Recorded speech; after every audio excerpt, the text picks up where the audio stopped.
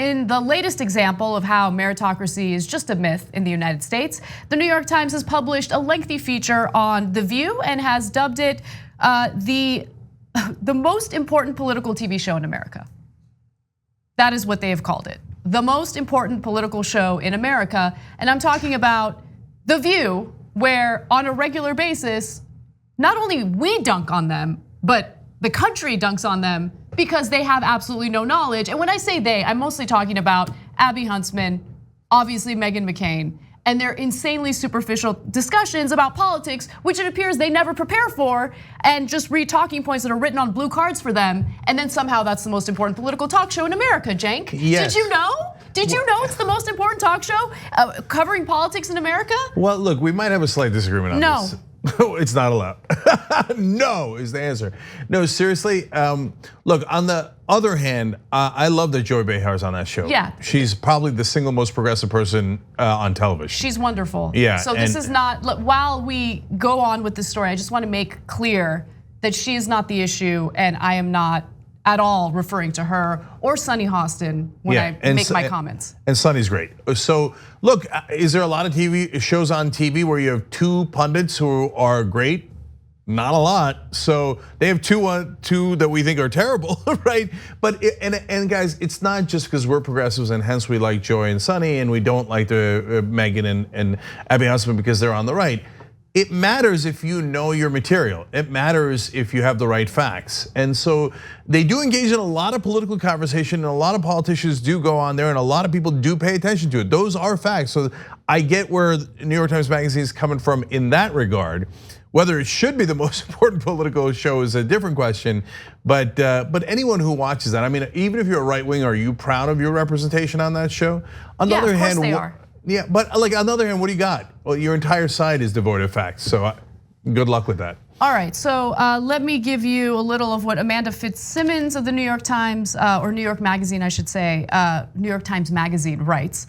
She says, The View has hosted politicians almost since its start, but until recently, it was not taken seriously by them. In the past few years, however, The View has become a place where Democrats and Republicans alike go to introduce themselves to a national audience, an essential campaign stop. 12 of the 26 people who have announced that they are running for president in 2020 have already been on the show, with one more, Senator Elizabeth Warren, already scheduled.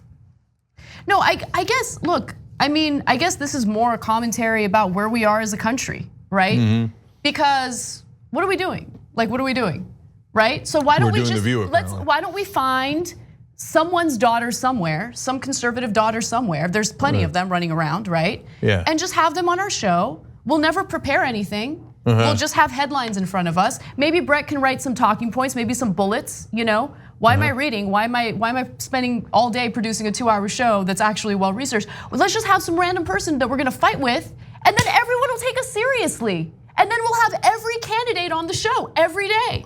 Now, to be fair to us, we've already had 10 candidates. They've had 12, we've had 10 candidates, okay. Yeah, but we are not an important show, okay? We're nothing but trash, and we'll never get taken seriously. Yeah. We'll never get a write-up like that. Okay, so if it sounds a little bitter, man, super bitter. Yes, that's right. Yes. Okay, so we're honest, we're always honest, right? Even if it's against us. But is Anna's frustrations about the lack of depth in the coverage in the overall media true? Of course it's true, and you know it. And in this case, I'm not referring to The View, I'm referring to the New York Times. If it's a mainstream media outlet, they don't have to be very substantive. And the New York Times can be seduced by celebrity, and so can The View, and etc. And everybody knows Meghan McCain's not qualified. All you have to do is watch for 5 minutes. And so that might sound harsh, but look, our job is to analyze the news. And if they are that relevant, then it's super important to analyze them, as we do with CNN, Fox News, MSNBC, etc. And you know what the reality is. And she's on there because she was John McCain's son. But New York Times finds that legitimate and wonderful, and so does the rest of the media. That is why things on The View are amplified. Whereas when we have Bernie Sanders, Elizabeth Warren, Tulsi Gabbard, Tim Ryan, etc. on, they are not as amplified because they go, oh no, you guys are online. Now wait a minute, what does that have to do with the amount of the audience? We have 50 million unique viewers a month. They're like, I don't understand internet numbers. Okay, then you should be fired, okay? But And I'm gonna tell you why this is relevant beyond us in a second. It's actually super important to this race and to the national conversation, because it's not just about us, okay? And then you say, all right, well, we're online. I don't know why that would make a difference, but as you watch any of our interviews, we ask much tougher questions, right?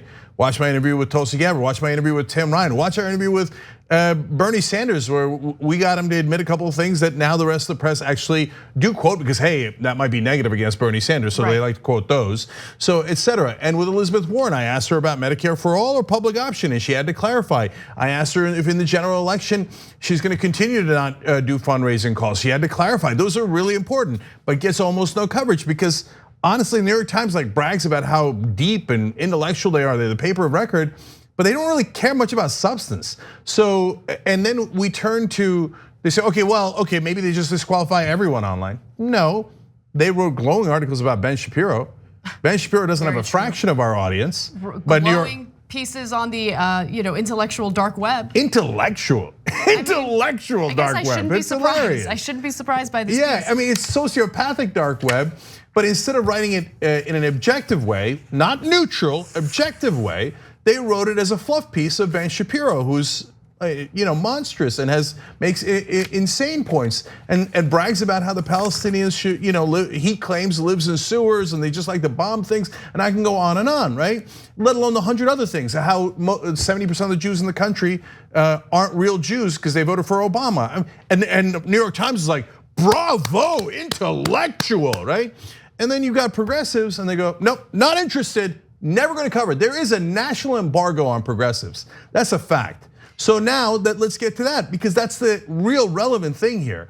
Because on The View at best, you're even because you got two good progressives and you have two right-wingers who don't know what they're talking about, and Whoopi's totally establishment. Let's keep it real. You might like her, she's smart, she's funny, but she's totally establishment. I mean, the way that she's talked about taxes, she's complained about how taxes are too high, the way she's talked about Justice Democrats, the way she's talked about Medicare for all.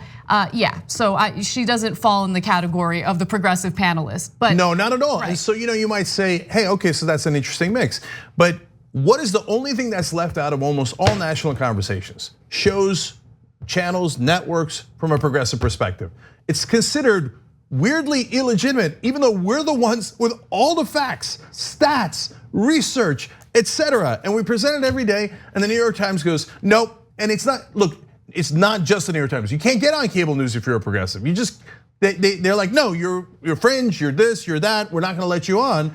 And then, even though the majority of the country's with us, 70% on Medicare for all, 76% on raising taxes on the rich, 78% on climate change, on every issue, the country's massively progressive. But television and the print media, and led by the New York Times, has such disdain and bias against progressives that they never ever feature them. And so then, why does that hurt so much? Because then, if you have no media multiplying your message, amplifying your message, well, then that hurts the progressive cause, because no one gets to hear things. So on cable news, wall to wall, Iran is a real issue. Should we go to war? Should we not go to war? Venezuela, should we go to war or not? They're dictators. You never hear there's 83 other dictators that nobody ever talks about. That progressive message never makes it on the cable news, and I can go on in each of those instances. And then they turn around and they make it seem like we're the fringe. No, we're mainstream, and there's a giant media blockade against us. And yes, the New York Times is doing a miserable job of it. So miserable. Let me jump in, because while everything you're saying about progressives not getting included in the conversation is true, for me, and the way that I reacted to this is a little different. Yes, I care about the progressive message getting out there, but I feel like progressives have been beaten down and have been belittled so much by the media that their dismissive nature doesn't surprise me. The thing that still somehow surprises me, and I don't know why it does, because I've already come to this realization over and over again, is this nonsense that gets peddled regarding just work really hard, be really smart, do all the right things, and you get rewarded. No, you don't. You don't get rewarded for those things in this society. You get rewarded if you're willing to whore yourself out there, right? Get involved in nonsense controversies, do things that are salacious, just lead any type of drama on a show. be someone's daughter, whatever nonsense that doesn't require a single ounce of hard work, that's what gets rewarded. I'm gonna give you the examples, okay, from the actual piece that I'm talking about here. The on-screen confrontations and salacious rumors about off-screen intrigue, panelists screaming and crying backstage, hosts and producers needing to be physically separated have always been central to the show's appeal. At times, the drama between hosts eclipsed interest in what was happening on air. That's what it is. That's what it is. So who wants to pretend to be a conservative daughter of a politician? Can you guys come on here and just pretend like you're disagreeing with us, and we'll get into ridiculous spats that'll then get a lot of press attention, and then maybe we'll get taken seriously? I mean, isn't that ironic? That if Anna and I, let's say we had a fake fight, like real, like it looked really bad and there was a lot of drama, and then would people be more likely to cover it? Yeah, 100%. Absolutely. Let me just roll my eyes every time you speak. Yeah. We'll practice it right now. Yeah.